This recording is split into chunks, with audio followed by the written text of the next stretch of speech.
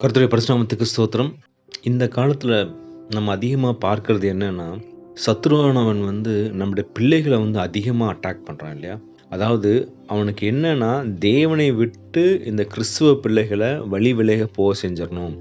தேவனை பற்றி அறிகிற அறிவு கொடுக்கக்கூடாது. தேவன பிடிச்சு நடந்துறக்கூடாதுன்னு சொல்லி, அவன் 24/7 நடந்து கொண்டே இருக்கிறான். இந்த காலத்துல சோசியல் மீடியா காலத்துல நம்ம பிள்ளைகள் விழுந்து போறதுக்கு நெறைய சான்சஸ் இருக்கு. நெறைய ஆப்பர்ச்சுனிட்டீஸ் இருக்கு.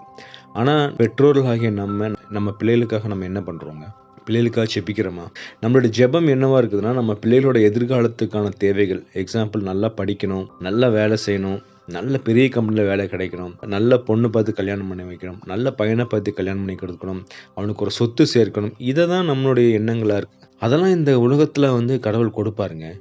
நீதிமான்களின் பிள்ளைகள் அப்பத்துக்கு இறைந்து திரிந்தது நான் பார்த்ததில்லைன்னு சொல்லி வேதத்துல போடப்பட்டிருக்கு. நம்ம நீதிமானா இருந்தோம்னா, நம்ம பிள்ளைகளுக்கு எதுவுமே குறைவுப்படாதுங்க. அவங்க தேவைகளெல்லாம் சந்திக்கப்படும். ஆனா நம்ம பிள்ளையோட ஆத்துமாக்காக நம்ம ஏதாவது பண்றோமா? தயவாய் நம்மளுக்கு கிருபையாய் ஒரு ஒரு பொக்கிஷமாய் கொடுக்கப்பட்ட குழந்தைகள நம்ம எப்படி பாதுகாத்து கொடுக்குறோம்? இல்ல நல்ல வசனம் நீங்க பார்த்தீங்கன்னா, நீதிமொழிகள் 22:6ல போட்டிருக்கும். பிள்ளையானவன் நடக்க வேண்டிய வழியிலே அவனை நடத்து. அவன் முதிர் வயதிலும் அதை விடாதிருப்பான். சின்ன வயசுலயே இருந்து தேவனுடைய வார்த்தையை நம்ம சொல்லி வளர்க்குறோமா? முக்கியமா தகப்பன்மார்கள் நம்ம உழைக்கிறோம், வேலை செய்றோம், பிள்ளைகளுக்காக சொத்து சேர்த்து வைக்கிறோம், படிப்புக்கு சேர்த்து வைக்கிறோம்.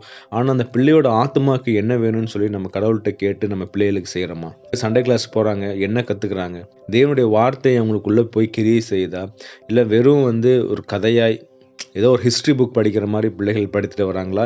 இல்ல அவங்க ஆத்துமாக்காக நம்ம ஏதாவது பண்றோமா? நம்ம வேதத்தை தியானிச்சு பிள்ளைகளுக்கு சொல்லிக் கொடுக்குறோமா? அதனால தான் சங்கீதத்துல நீங்க வாசிச்சீங்கன்னா, சங்கீதம் 78:4ல பின்வரும் சந்ததியான பிள்ளைகளுக்கு நாங்கள் அவைகளை மறைக்காமல் கர்த்தரின் துதிகளையும் அவருடைய பலத்தையும் அவர் செய்த அவருடைய அதிசயங்களையும் விவரிப்போம். ஆசாபா சங்கீதத்துல சொல்றாரு, எங்க பிள்ளைகளுக்கு நாங்க என்ன பண்ணுவோம், தேவன் செய்த அற்புதங்களையும் அடையாளங்களையும் எங்க வாழ்க்கையில செய்த அற்புதங்களையும் நான் சொல்லி வளர்ப்போம்னு சொல்றாரு.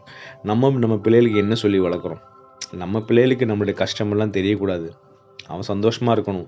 அவனுக்கு தேவைகள்லாம் சந்திப்பேன். ஆனா தேவன் நம்ம வாழ்க்கையில செய்த அற்புதங்கள், இவ்ளோ நாள் நம்ம வாழ்ந்தது தேவனுடைய கிருபை.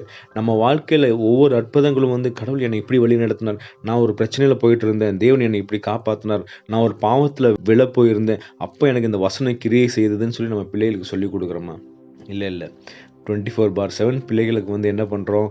படிப்பு, படிப்பு, படிப்பு. டியூஷன் வைக்கிறோம். எக்ஸ்ட்ரா கரிக்குலர் ஆக்டிவிட்டீஸ் வைக்கிறோம். சண்டே கூட நிறைய பேர் பார்த்தீங்கன்னா, சண்டே கிளாஸ்க்கு அனுப்புறதில்ல. இல்ல அப்பதான் பாட்டு கிளாஸ்க்கு அனுப்புறாங்க, டான்ஸ் கிளாஸ் அனுப்புறாங்க, மியூசிக் கிளாஸ் அனுப்புறாங்க. ஆனா தேவன் நமக்கு கொடுத்த பிள்ளைகள் நம்ம